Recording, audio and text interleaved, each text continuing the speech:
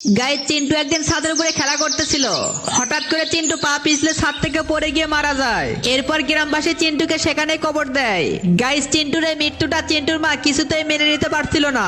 তাই চিন্টুর মা জঙ্গলের ভিতরে একটি কবিরাজের কাছে যায়। কবিরাজকে চিন্টুর মৃত্যুর ঘটনাটি খুলে বলার পর কবিরাজ চিন্টুর মাকে বলতেছিল, তুমি তোমার ছেলেকে ফিরে পাবে, তুমি কোনো চিন্তা করো না, তোমার এই বিষয়টা আমি দেখতেছি। এরপর কবিরাজ চিন্টুর মাকে রেখে কবরস্থানে যায় আর কবর থেকে চিন্টুর লাশটা উঠিয়ে আনে। আর এরপর চিন্টুর লাশের ভিতরে একটা অশুভ শক্তি ঢুকিয়ে দেয়। এরপর চিন্টু আগের থেকে অনেক শক্তিশালী হয়ে যায়। চিন্টুর মা অনেক খুশি হয়ে চিন্টুকে নিয়ে বাসায় যাচ্ছিল।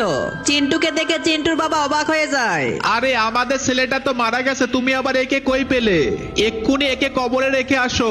এই কথা বলার পর চিন্টুর ভিতরে থাকা পেতারটাতে রেগে যায় আর তারপর চিন্টুর বাবাকে আক্রমণ করে। এক পর্যায়ে চিন্টুর ভিতরে থাকা পেতারটাটি তার বাবাকে তো সেখানেই মেরে ফেলে।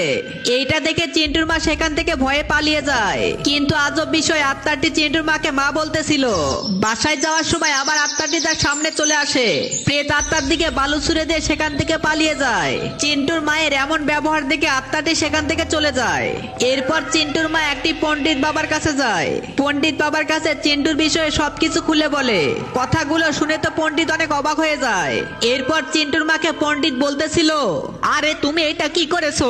চিন্টুর লাশের ভিতরে তো ভয়ঙ্কর একটা আত্মা ঢুকে গেছে।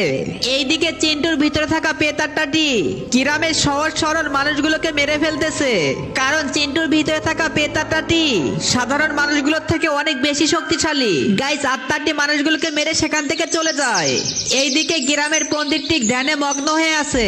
তারপর পণ্ডিত ধ্যান থেকে উঠে অনেক জাদু করে একটি ডিম নিয়ে আসে আর জাদুর ডিমটি চিন্টুর মাকে দিয়ে দেয়। চিন্টুর মাকে বলে এই ডিমটি ওর মুখে ফাটাতে হবে।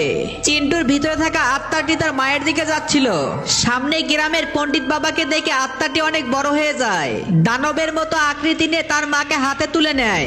এরপর তো চিন্টুর মা অনেক ভয় পেয়ে যায়। তারপর কবিরাজের কথা অনুযায়ী চিন্টুর মায়ের হাতে থাকা ডিমটি তার মুখে ফাটিয়ে ফেলে। তারপর দানবটি অনেক অস্থির হয়ে যায়। এইদিকে চিন্টুর মা সেটা দেখে অনেক ভয় পেয়ে যায়। ঠিক তখনই গ্রামের পণ্ডিত বাবা চিন্টুর ভিতরে থাকা পেত আত্মাটির ওপর জাদু প্রয়োগ করে। পণ্ডিত বাবা জাদু প্রয়োগ করার পরই দানবের ভিতর থেকে চিন্টুকে দেখা যাচ্ছিল। কারণ পণ্ডিত বাবা তার জাদু শক্তি দিয়ে চিন্টুকে ও তার আত্মাকে আলাদা করতে চায়। ঠিক এরপরই দানবের ভিতর থেকে চিন্টুর আত্মা বেরিয়ে আসে। এরপর অশুভ শক্তির দানবটি সেখানে অজ্ঞান হয়ে পড়ে যায়। তখনই সেখানে হাজির হয় ভয়ঙ্কর এক ডাইনি। ডাইনিটিটা জাদু শক্তি দিয়ে দানবটাকে আগের মতো শক্তিশালী করে তোলে। এইটা দেখে চিন্টুর আত্মাটা অনেক রেগে যায় আর শয়তান দানবটার সাথে লড়াই করতে চায়।